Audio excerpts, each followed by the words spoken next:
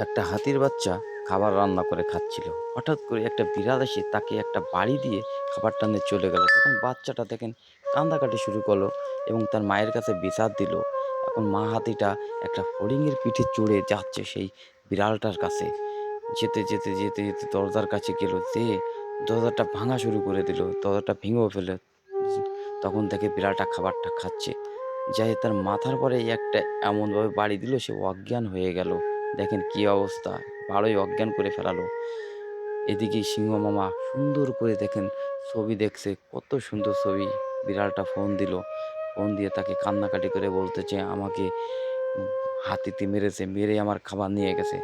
এদিকে আবার সে টাইগার আবার ফোন দিচ্ছে রয়্যাল বেঙ্গল টাইগারকে।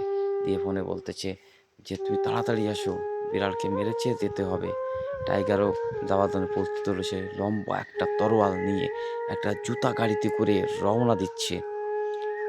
এদিকে যেয়ে সে হাতির সঙ্গে প্রচুর মারামারি শুরু করে দিয়েছে।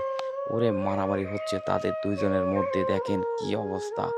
মারামারি করতে, করতে একসময় বাঘটাকে চেলে ফেলে দিল। বাঘটা নিচেই পড়ে অজ্ঞান হয়ে গেল।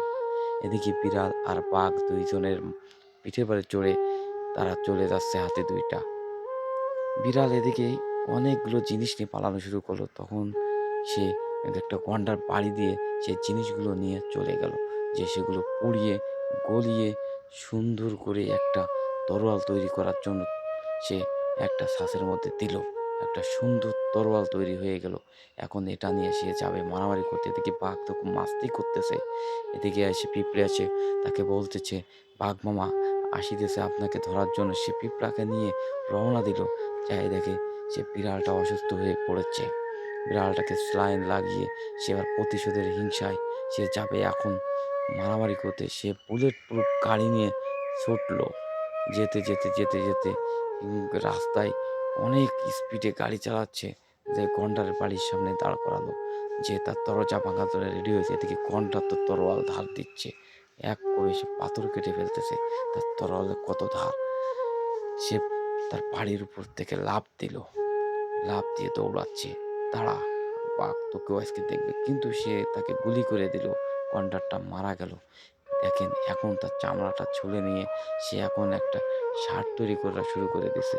এখন এই সারটা তৈরি করে সে বিড়ালকে গায়ে দেওয়ার জন্য প্রস্তুত করেছে। বিড়ালটা তো অসুস্থ। তাকে শুইয়ে দিয়ে সুন্দর করে ঢেকে দিয়েছে। এখন বিড়ালটা সুস্থ হওয়ার পর একটা তরমুজ পেয়ে সে চিলে মারল। আর সেটা যেয়ে পড়ল একটা খরগোশের গায়ের উপর। খরগোশটা বলছে, "কে রে?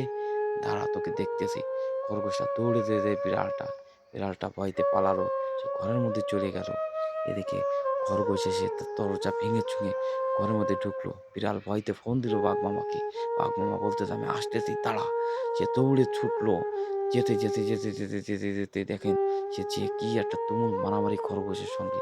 মারামারি করতে, করতে বাঘটাকে মেরে শুইয়ে ফেললো। খরগোশ তো হাসি অনেক। এদিকে বিড়াল তো ভয়ে চুপচাপ। সে এখন কি করবে? দেখে একটা খরগোশের শার্ট আছে। সেটা সে পরে তার সাথে একটা ভালোবাসার অভিনয় শুরু করে দিল। কি নাচ ২ জনের মধ্যে! আহ! ভালোবাসার আবারণ। তাকে মদ খাওয়ানোর জন্য ডেকে আনা হয়েছে। দেখেন খরগোশটাকে মদ খাওয়ালে খরগোশটা খেয়ে অজ্ঞান হয়ে গেল।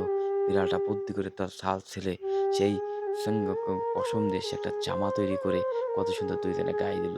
আর এদিকে খরগোশটা দুঃখে জ্বালায় বাড়ি ফিরে গেল।